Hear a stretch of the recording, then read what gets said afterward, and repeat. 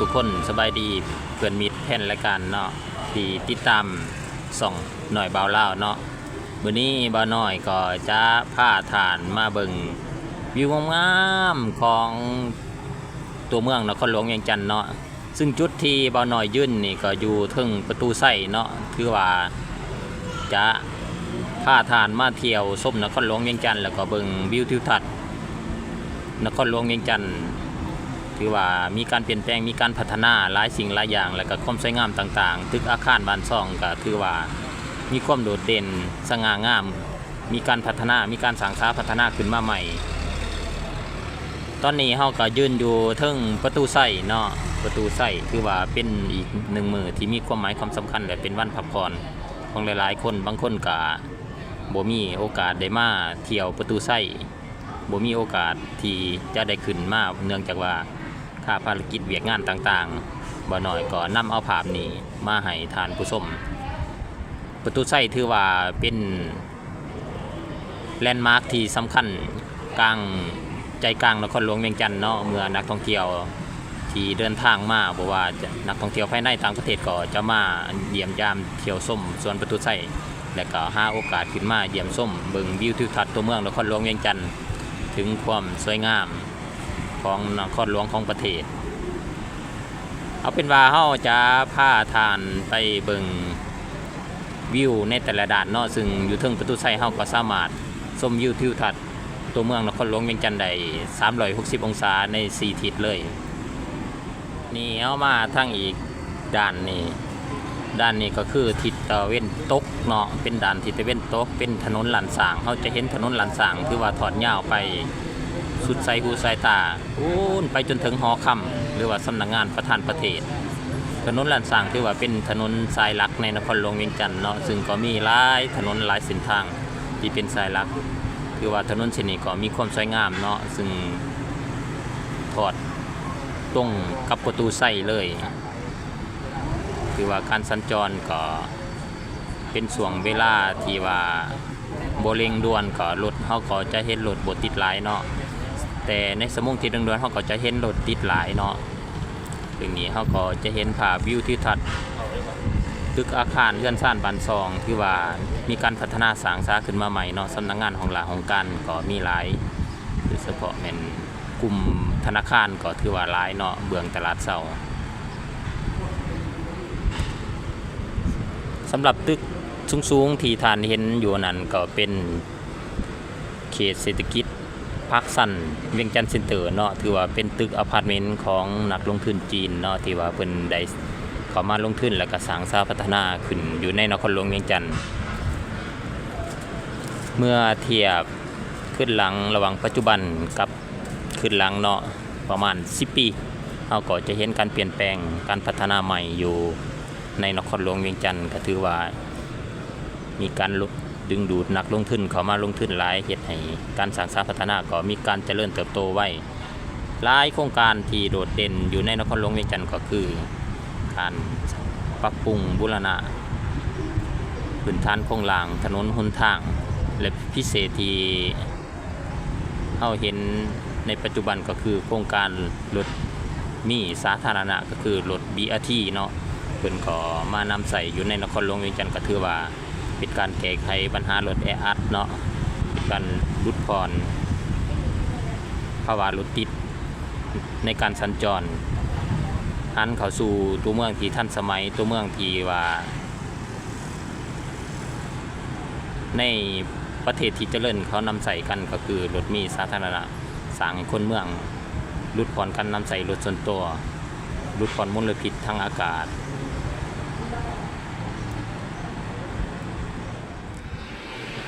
สำหรับด้านนี้มุมนี้ก็ถือว่าเราก็จะเห็นอีกหลายๆมุมเนาะอยู่ทางด้านหน้าก็เป็นสำนักงานนายกรัฐมนตรีเนาะถือว่ามีความสวยงามแบบสถาปัตย์ผสมผสานศิลปะลาวและก็ทันสมัย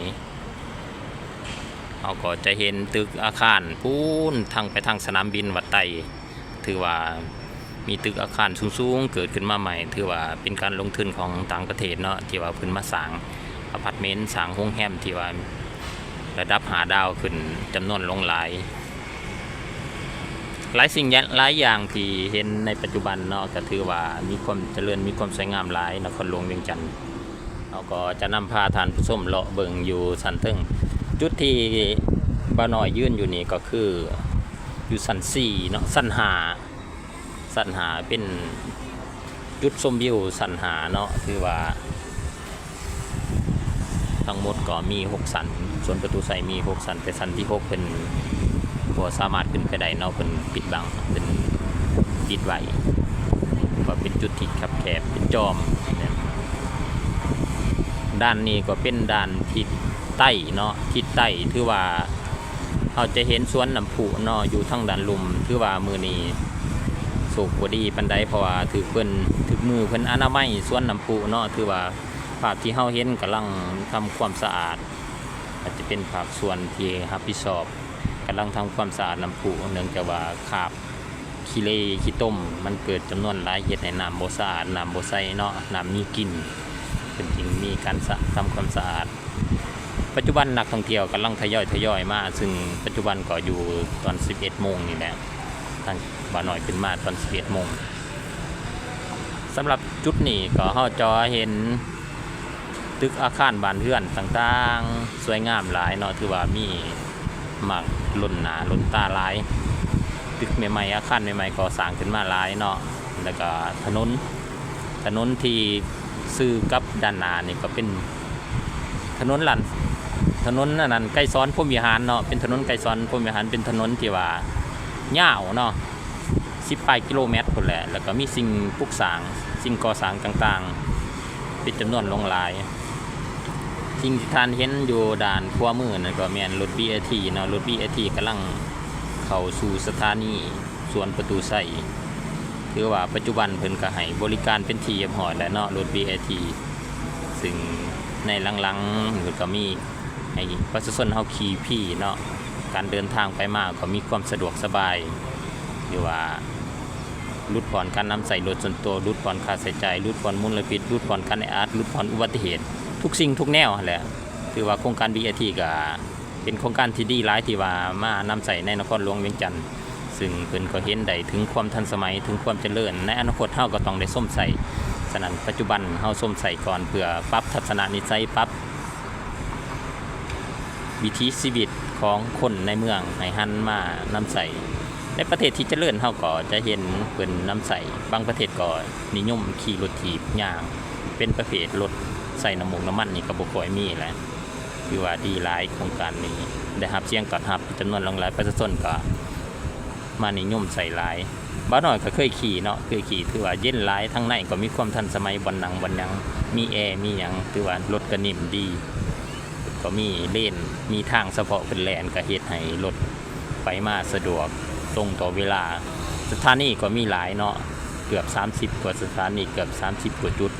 ในการขึ้นลงที่ว่าไกลบ้านไกลยังก็สามารถขึ้นได้ตามความสะดวกของผู้โดยสารก็ถือว่าเป็นประสบการณ์ที่ดีเมื่อได้ขึ้นมาเที่ยวอยู่ด้านเทิงของสวนประตูไส้ของประตูไส้อนุสาวรีย์เนาะใจกลางแลนด์มาร์คที่โดดเด่นในนครหลวงเวียงจันทน์ถือว่าเฮาก็จะเห็นภาพรวมน้อยนักที่เฮาจะเห็นภาพดังกล่าวคือว่าเป็นจุดเช็คอินจุดถ่ายรูปที่ดีสำหรับนักท่องเที่ยวเมื่อมาเที่ยวประตูไส้เนาะภาพที่ท่านเห็นทางด้านหน้าก็เป็นตึกอาคารโรงแรมระดับ5 ดาวเนาะถือว่าหลายเนาะถือว่าทางศูนย์การค้าทางเขตไปต่ออีกก็แม่นเขตเศรษฐกิจบึงถัดหลวง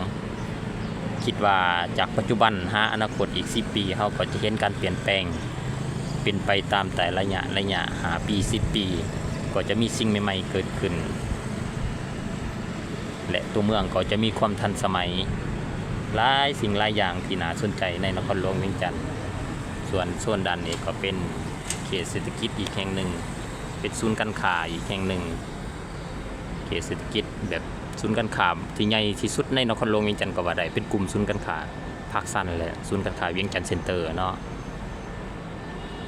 เขาจะพาท่านผู้ชมไปท่องเที่ยวในหลายๆจุดเพราะว่าอยู่เทิงประตูไส้นี่สัน2สัน3เพิ่นก็มีการวางแสดงรูปภาพคือว่าวิวทัศน์การสร้างสรรค์พัฒนา วิถีชีวิตที่ของประเพณีแหล่งท่องเที่ยวต่างๆทั้งประวัติศาสตร์วัฒนธรรมอันดีงามของลาวเฮาให้นักท่องเที่ยวได้เห็น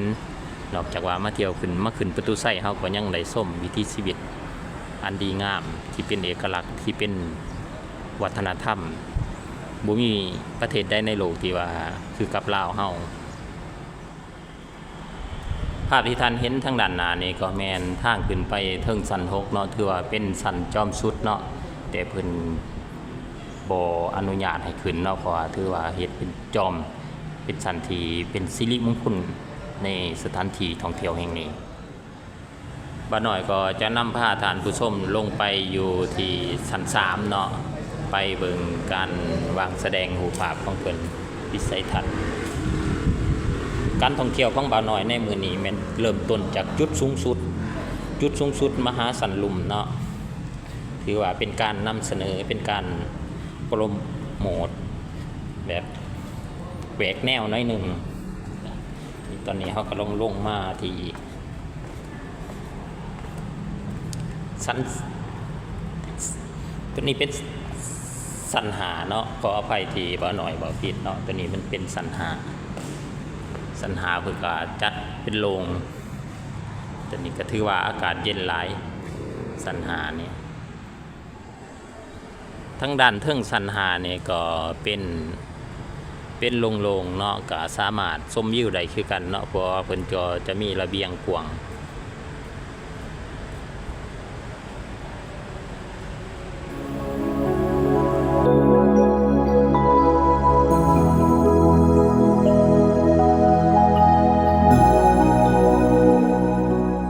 ตอนนี้บ่าวน้อยก็ลงมาฮอดสัน3แล้วเนาะสัน3ก็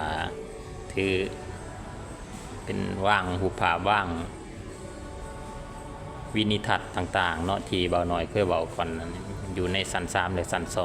2เดี๋ยวบ่าวน้อยจะพาทานส้ม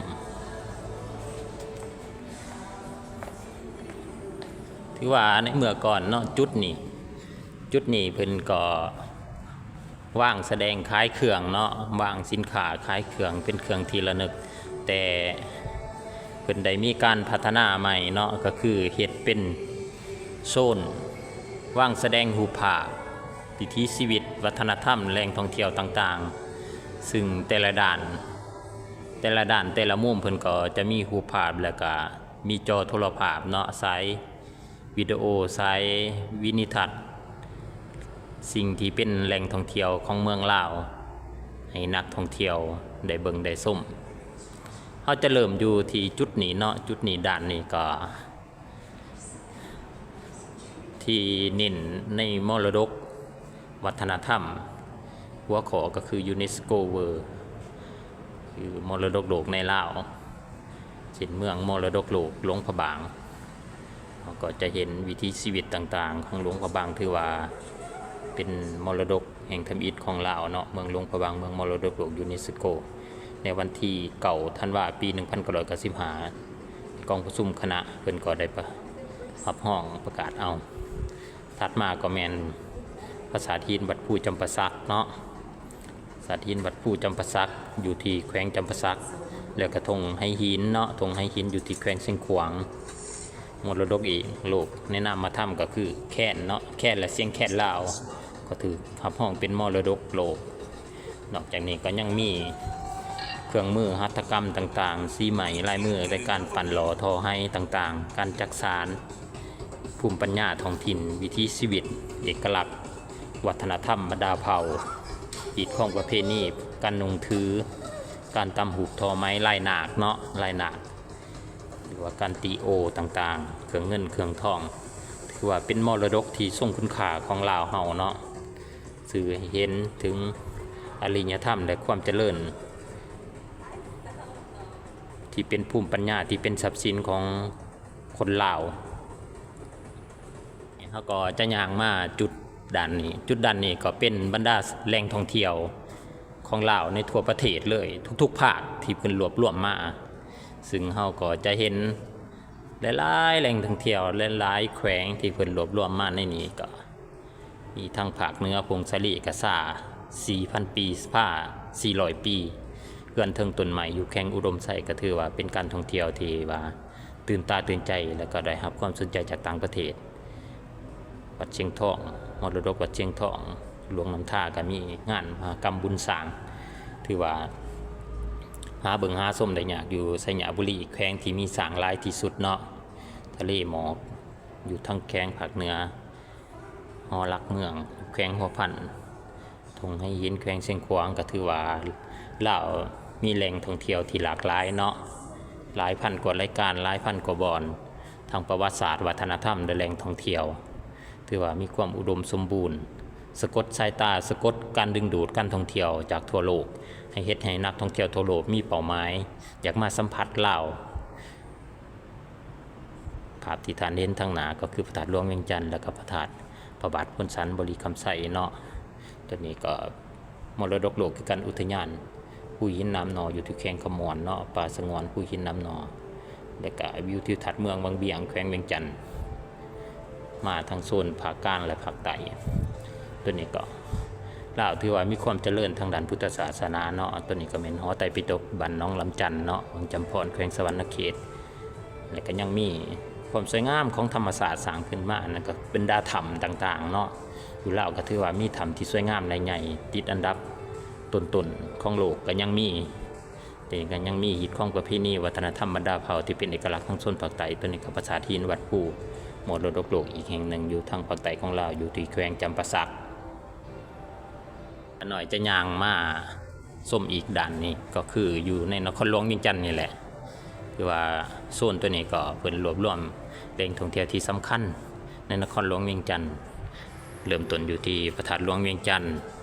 หอพระแก้วพิพิธภัณฑ์หอพระแก้วพิพิธภัณฑ์วัดศรีสะเกษวัดองค์ตื่อมหาวิหารวัดองค์แปงมหาวิหารหอคำหรือว่าสำนักงานประธานประเทศสวนวัฒนธรรมเชียงขวัญนอกจากนี้ก็ยังมีแหล่งช้อปปิ้งต่างๆตลาดกลางคืนเนาะแคมป์คลองท่าวัดจันทร์ศูนย์หัตถกรรมผ้าไหม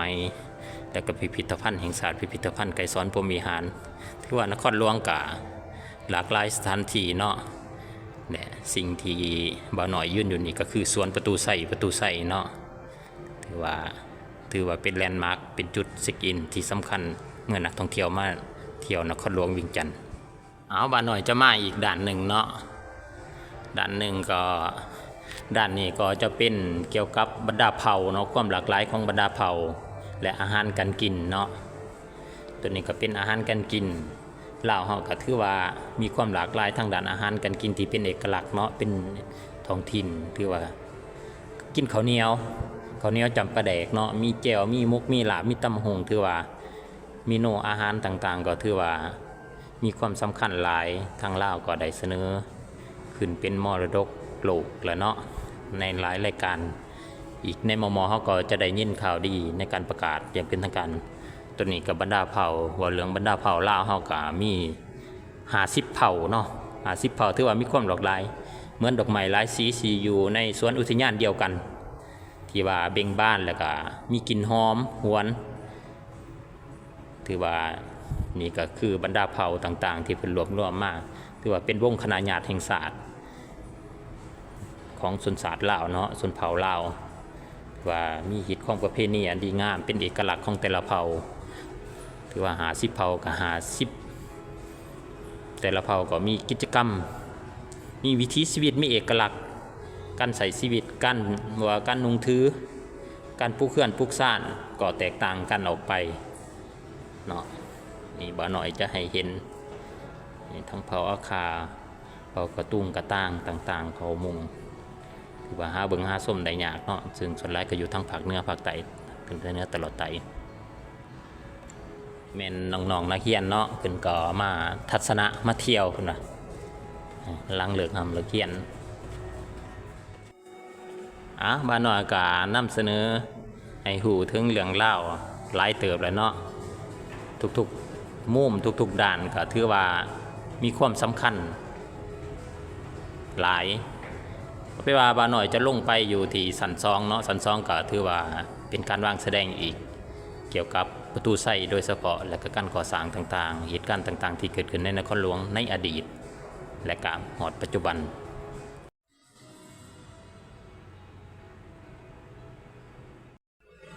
ตอนนี้บ่าวน้อยก็ลงมาอยู่ที่ชั้น2เนาะชั้น2ก็ถือว่าเป็นการวางแสดงเกี่ยวกับประตูใส่โดยเฉพาะคิดว่าบ่าวน้อยจะพาเลาะ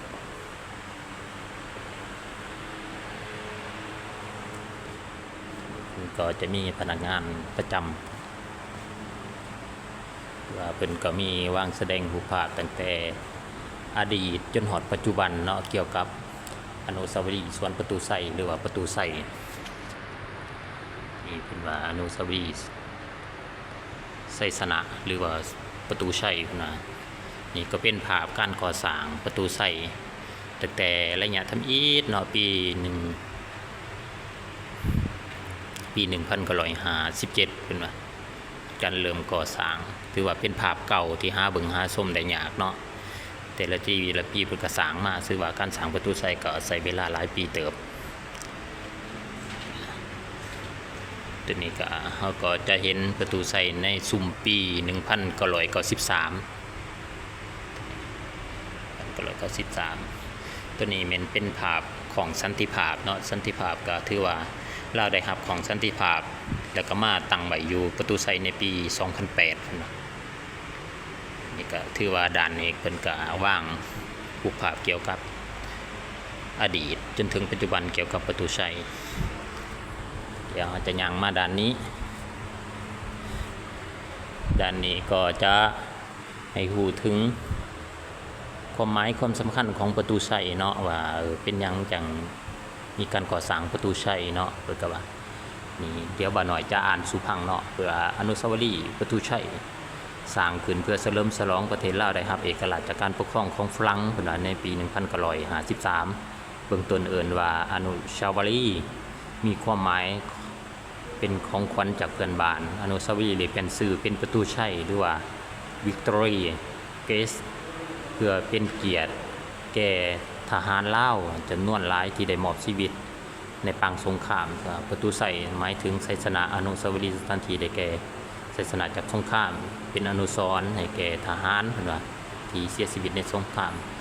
โลกครั้งที่2และสงครามจักรพรรดิฝรั่งพุ่นถือว่ามีเนื้อหาสาระมีประโยชน์เนาะถือว่าผู้ใดบ่ทันหูก็สามารถมารับเอาข้อมูลข่าวสารตัวนี้ได้เนาะถือว่าเพิ่นก็เฮ็ดออกมาอย่างชัดเจนเนาะให้นักท่องเที่ยวฮู้ถึงประวัติความเป็นมาหรือว่านักเรียนนักศึกษาก็สามารถมาเก็บเอาเนื้อในข้อความดังกล่าวไปม้วนใส่เดี๋ยวเขาก็จะไปอีกด้านหนึ่ง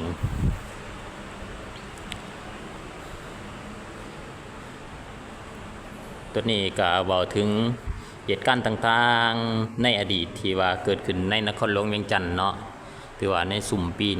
1960ยุคของปี60เนาะเพิ่นเอิ้นว่ายุคของปี60นครหลวงเวียงจันทน์ก็พบปัญหาน้ำท่วมในปีนั้นถือว่าเป็นปัญหาน้ำท่วมแห้งหลายภาพเฮาก็จะเห็น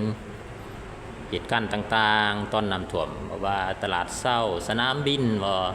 เขตประตูไส่เนาะประตูไส่เฮาก็จะเห็นพ่อแม่ประชาชนพายเรือถือว่าประตูไส่ก็ยังสร้างบ่ทันสำเร็จตอนนั้นนี่ถือว่าเป็นภาพน้ำท่วมในปี1966ยุค60หรือว่าลาวเฮาก็ปลดปล่อยในปี1975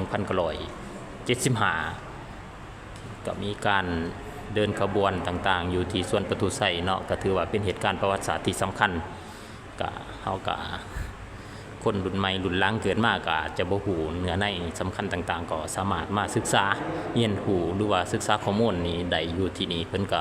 เฮ็ดเป็นพิพิธภัณฑ์วางแสดงข้อมูลข่าวสารต่างๆเพื่อให้นักท่องเที่ยวแล้วก็คนรุ่นใหม่ได้เห็นถึงประวัติศาสตร์ความเป็นมาหรือเหตุการณ์ต่างๆอยู่ในนครหลวงเวียงจันทน์พอเรื่องการออกแบบประตูไส่เนาะการออกแบบประตูไส่ถือว่าประตูไส่ก็ถือว่าคล้ายคือกับประตูไส่ที่นครหลวงผลิตประเทศฝรั่งเนาะว่าการสร้างในสมัยนั้นก็ถือว่าเป็นยุคฝรั่งปกครองเนาะก็ถือว่าการออกแบบก็แบบมาแต่ประตูไส่ที่สวนฝรั่งถือว่าคล้ายคือกันเลยเนาะนี่บ่าวน้อยจะให้เบิ่ง2รูปภาพซ้ายและขวานี่เป็นการชมเทียบรูปภาพแต่ว่าแต่ศิลปะ ของลาวก็ยังมีการผสมผสานแบบลาวส่วนฝรั่งก็เป็นสไตล์ศิลปะฝรั่งตะเวนตกไปเลยนี่ก็คือความแตกต่างหรือว่าความขายคือกันของประตูชัยที่ลาวและประตูชัยที่ประเทศฝรั่ง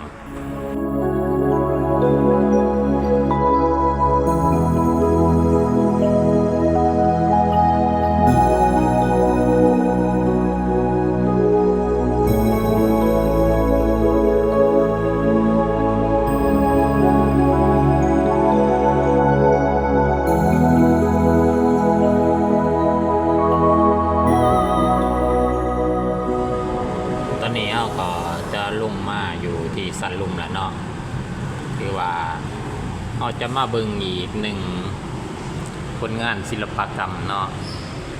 ที่ว่าอยู่ของประตูไส้เนาะอยู่ของประตูไส้นี่เพิ่นก็จะมีงานศิลปะงานแกะสลักที่ว่าเฮ็ดประดับประดาอยู่ของประตูไส้ก็ถือว่ามีความสวยงามทั้งด้านวัฒนธรรมเนาะที่เป็นเอกลักษณ์ที่ถ่ายทอดถึงเรื่องเล่าประวัติความเชื่อต่างๆในพุทธศาสนาและถือว่าลวดลายศิลปะก็ถือว่างามหลายเนาะถือว่าเป็นกระเฮ็ดใสถือว่าเป็นจุดหนึ่งที่สะดุดตาของนักท่องเที่ยวเมื่อมาเที่ยวประตูไส้ก็จะถ่ายรูปในจุดนี้